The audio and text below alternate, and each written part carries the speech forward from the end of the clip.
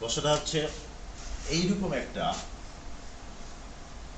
প্রশ্ন দেওয়া আছে, A B D point two এ, ঠিক আছে? এই হেক্সাটাকে আমাদের অক্টায় রূপান্তর করতে হবে, ঠিক আছে? এই হেক্সাটাকে অক্টায় রূপান্তর করতে হবে। এই হেক্সাটাকে আমাদের ডেসিমেলে রূপান্তর করতে হবে। দুটা জিনিস দেখাবো, অক্টাও করতে হবে, ডেসিমেলও করতে হবে। আমরা কিভাবে করব?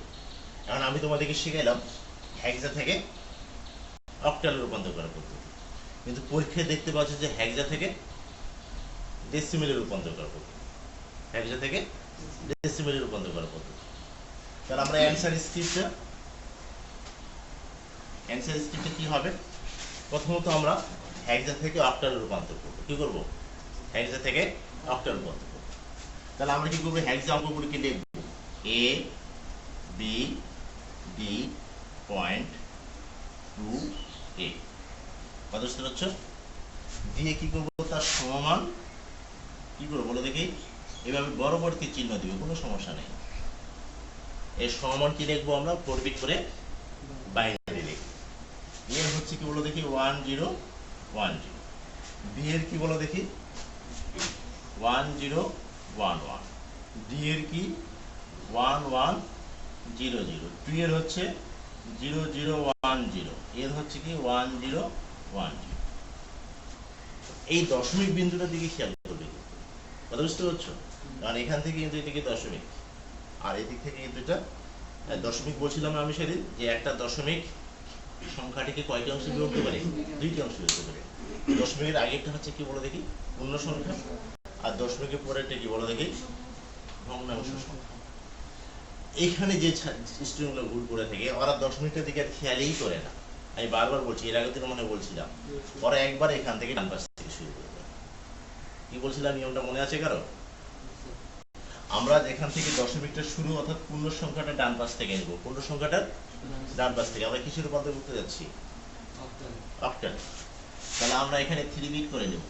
দেখো কি নেব এখানে, এইখান থেকে আমি 3 বিট নিলাম, আবার এখান থেকে এই পর্যন্ত চলে আসলাম 3 বিট, ঠিক আছে? এখান থেকে এই পর্যন্ত 3 বিট আসলাম, এখানে একবার লাকিলি 3 বিট মিলে গেছে, 3 বিট মিলে গেছে। এটা নিলাম আমি ডান পাশ থেকে বাম পাশে, আর এটা হচ্ছে বাম পাশ থেকে ডান পাশে। দেখো এই যে দেখো এখানে দেখো, আমরা যখন ডান পাশ থেকে বাম পাশে আসবো তখন বাম পাশে শূন্য দিয়ে 3 বিট 4 বিট পূর্ণ করবো, আর যখন আমরা বাম পাশ থেকে ডান পাশে যাবো তখন ডান পাশে আমরা 3 বিট বা 4 বিট আমরা শূন্য দিয়ে সেটাকে পূর্ণ করে নেব। তাহলে এটা হচ্ছে বাম পাশের দিকে, আর এটা হচ্ছে কি বলে দেখি ডান পাশের দিকে। কথা বুঝতে পারছো? তাহলে আমাদের কি হচ্ছে, এবার কি বসাবো বলে দেখি, সমমান কি বসাবো? সমমান কি বসাবো বলো? অক্টাল বসাবো। 101 এর অক্টাল কি বলতে পারবে কুইকলি? না দেখে বলতে হবে, 5 না দেখে বলতে হবে। দেখি এবার, হ্যাঁ তুমি বলো রে, 010 এর অক্টাল কত? বসে বলো, বসে বসে বসে।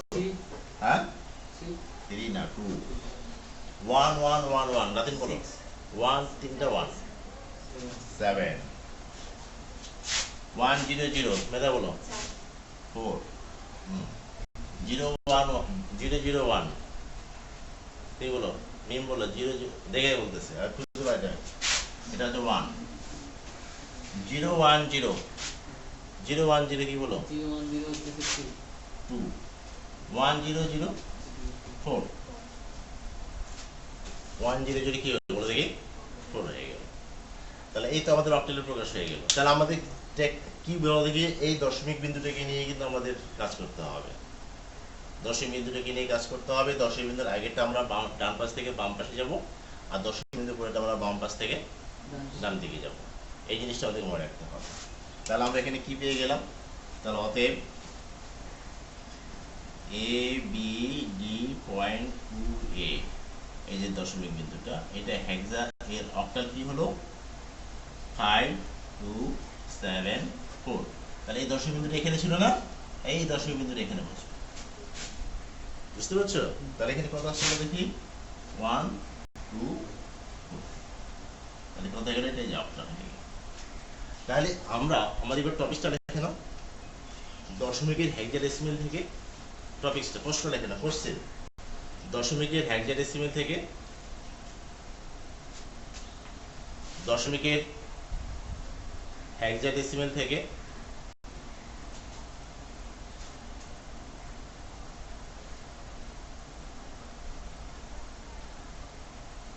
দশমিকের অক্টালে রূপান্তর করার পদ্ধতি, দশমিকের অক্টালে রূপান্তর করার পদ্ধতি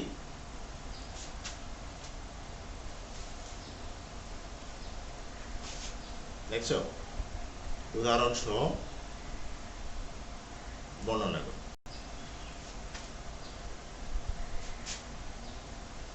এই প্রশ্নগুলো তোমরা নোট করে রাখবে এবং খাতাটা অবশ্যই তোমরা প্রত্যেকটা সাবজেক্ট আলাদা খাতা তৈরি করবে এবং যে কাজটা করবে একটা ফাইল তৈরি করবে, শুধু এটা আইসিটির ফাইল, প্লাস্টিকের ফাইলগুলো পাওয়া যাচ্ছে না, এটা কেমিস্ট্রির ফাইল। নোট করার কোনো প্রয়োজন নাই, এটি এই খাতাটাই তোমাদের নোট, যদি তোমার রেগুলার আসে থাকে। আচ্ছা যাই হোক, এই হচ্ছে আমাদের দশমিকের হেক্সা থেকে দশমিকের অক্টালে রূপান্তর হয়ে গেল। এবার এই হেক্সাডেসিমেল থেকে কিভাবে আমরা দশমিক সংখ্যা প্রকাশ করতে পারবো, বলতে পারবে কেউ?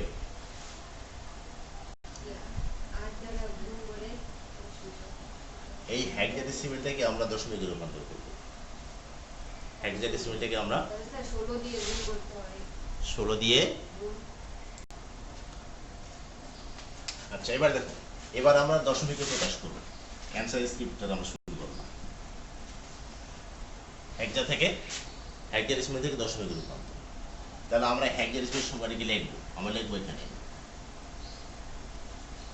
হেক্সা থেকে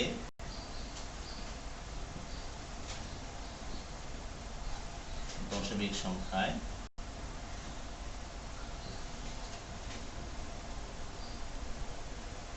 রূপান্তর। তাহলে কি করবো, এখানে A B D point two এ লিখলাম না, পরে আমরা কি করবো, হেক্সা সংখ্যাটাকে লিখবো। লেখার পর কি করবো, আমরা এটাকে এ ইন্টু কত বলো 16, ঠিক আছে, এর বেস কত কালকে সেটা বললাম না, plus B into 16 plus D into 16, ঠিক আছে, plus 2 into 16 plus A into 16। দশমিক বিন্দুটা কোথায় ছিল বলো দেখি, 2 তে না, 2 এর আগে, তাহলে 2 এর আগে কি পূর্ণ সংখ্যা, কি বলো দেখি, পূর্ণ সংখ্যা। এখানে 0, এখানে 1, এখানে কি 2। একটু শোনো আগে দেখো, 0 1 2 পূর্ণ সংখ্যাটা এখানে, এটা ভগ্নাংশ না, ভগ্নাংশের ক্ষেত্রে কি হবে, -1 এখানে -2। এই এটার জন্য বলছিলাম, যদি এখানে আরেকটা অঙ্ক থাকতো হেক্সা, তাহলে এখানে 16 গুণে কত হতো, -3, আরেকটা থাকলে কি হতো, -5 -6 -7 ইত্যাদি থাকতো। আমি বিষয়টা বুঝাতে পারছি? এখন আমরা এটাকে ক্যালকুলেশন করব, কিন্তু ক্যালকুলেশন করার আগে, পরে তুমি বুঝে নাও, ক্যালকুলেশন করার আগে আমাদেরকে এখানে কিছু বিষয় খেয়াল করতে হবে। এ বি ডি আছে, কি আছে, এ বি ডি আছে। আমরা কাজটা একবারও করতে পারি, একটা লেনু কাজটা আমরা সরাসরি কাজটা করতে পারি, নতুবা আমরা সেকেন্ড স্টেপে কাজটা করতে পারি। যেমন এর মান হচ্ছে কথা বলে দেখি 10, এর মান কত, কিন্তু 10 বসানো যাবে না, 10 বসানো যাবে না, কারণ যিনি খাতা দেখে উনিও জানে এর মান 10, কি বলে দেখি, ডি এর মান 11 লিখে দিয়েছিলাম না, তাহলে এর মান 10। এখানে 16 এর উপর স্কয়ার আছে, 16 ইনটু 16 কত, 256, 256 এর সাথে যদি আমরা 10 গুণ করি তাহলে কত হচ্ছে, 256 0, সহজ গুণ, দশমিকের গুণ, তাই না, 256 কত বলে দেখি, 10 গুণ করে এটা চলে আসবে না, আসবে, তো সরাসরি কাজটা করতে পারো, কোনো সমস্যা নেই। তবে একটা কাজ করতে হবে, বি এর মান কত বলে দেখি, 11, বি এর মান কত, 11। অনেকে এখানে 11 লেখে, লেখলেও কোনো সমস্যা নাই, আর না লেখলেও কোনো সমস্যা নেই। বি এর মান কত, 11 আর 16 গুণ করে কত হবে, তাহলে 11 6 66 6, আর হলো 6 11 আসে কত, 17, 176, তাই না। এরপর দেখো এটা কত হবে, 16 পর পাওয়ার 0, সূচকটা কত, 0, এর মানটা কত হয় বলো দেখি? 1 1 আর ডি এর মান কত? এ বি সি ডি, দেখো এ বি সি ডি কত? হ্যাঁ 30। আর আচ্ছা এবার চলে আসে এই জায়গাটা, এই জায়গায় আমরা কি করব? এখানে 2 টু দি পাওয়ার 2 ইনটু 16 এরপর পাওয়ার কি আছে বলো দেখি? 1। তাহলে এখানে হবে বলে দেখি সূচকের নিয়মে আমরা 2 ভাগ 16 লিখতে পারি না? পারি। আর এখানে কি লিখতে পারি? এর মান a ভাগ 16 স্কয়ার লিখতে পারি। বিষয়টা একটু খেয়াল করে কিন্তু 16 স্কয়ার লিখতে পারি। এবার একটু তোমাদের ক্যালকুলেটর নিয়ে আসছে কেউ? আচ্ছা দেখো এখানে আমরা এগুলোকে আগে যোগ করে নেব। আগে শোনো, আমরা এগুলোকে আগে যোগ করে নেব। যোগ করলে কত হচ্ছে? 9, তাই না? 8 8 6 14 4 আর থাকলো 1, তাহলে 2 আর 5 হচ্ছে 7, অর্থাৎ 2749। ঠিক আছে এই যোগটা? এবার আমরা কি করব? সরাসরি ক্যালকুলেটরে যে কাজটা করব, 2 ডিভাইডেড 16 লেখো। ভুল করবে না কিন্তু। 2 ডিভাইডেড 16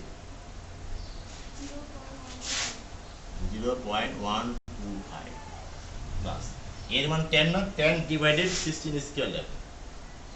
10 ডিভাইডেড 16 স্কয়ার দিছো বলো 0.39। এবারে এই দুইটার সাথে সবগুলো যোগ করো, সবগুলো যোগ করো।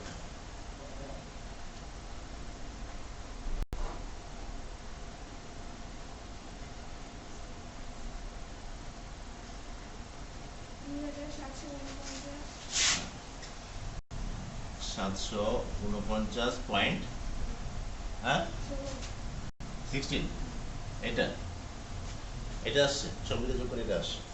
তাহলে আমরা কি পেয়ে গেলাম? অতএব এ বি ডি পয়েন্ট 2 এ 16, তাহলে আমরা 2749.16 এটাই পেলাম আমরা ডেসিমেল। এই অঙ্কটা করার একটা উদ্দেশ্য হচ্ছে, আমি অনেক স্টুডেন্টকে দেখছি, মানে সমস্যাগুলো যে আমি দেখছি ওদের সেই আলোকে আমি কাজটা করছি। ওরা করছে কি এখানে লসাগু করছে, বুঝতে পারছো? এটাকে কাটছে, এটাকে কাটাকাটি করে লসাগু করছে। লসাগু করার পরে আবার এটার সাথে লসাগু, যেভাবে আমরা অঙ্ক গাণিতিকভাবে হিসাব নিকাশ করে থাকি সেভাবে করতে দেখা যাচ্ছে অঙ্কটা এর চেয়ে 3 গুণ বেশি বাড়ে গেছে। বাড়া যাবে না? যেহেতু আমাদের যোগফলটা দরকার, সেহেতু আমরা এখানে দশমিক তো আসবেই। তাহলে এখানে 2 ভাগ 16 কে আমরা সরাসরি ভাগ করে আমরা এটা পেয়ে যাচ্ছি। এখানে এর মান 10 বসাই দিয়ে আমরা এখানে বসাই দিতে পারছি। তোমরা শুধু যে কাজটা করবে, তোমরা বুঝতে পারছো? দেখো এখানে একটা সাইড নোট করবে তোমরা, ম্যাথমেটিক্স থেকে সাইড নোটটা এটা খুব ইম্পর্টেন্ট। কি বলো দেখি? আমরা এখানে এর মান কত বসাইছি বলো? a = 10, d = 11, আর কি ছিল? d = কি বলো দেখি? 30। এইটুকু শুধু তোমরা লিখে দিবে, আর কিচ্ছু করতে হবে না। ঠিক আছে? শুধু এই সাইড নোটটুকু করে দিবে। আমি কি বিষয়টা বুঝাতে পারছি প্রোগ্রামটা? আমি শুধু এইটার জন্যই তোমাদেরকে অঙ্কটা করে দিলাম। অনেক স্টুডেন্টকে দেখছি এখানে যে তারা সেভাবে কাজটা করছে, তাহলে হচ্ছে কি অঙ্কটা অনেক বড় হয়ে যাবে, ভুল হওয়ার সম্ভাবনা অনেক বেশি বাড়ে যাবে। সেই জন্য আমরা এই কাজটাকে এইভাবে করবো। আমরা এই কাজগুলোকে এইভাবে করলে আমাদের কাজটা অনেক সহজ হয়ে যাবে।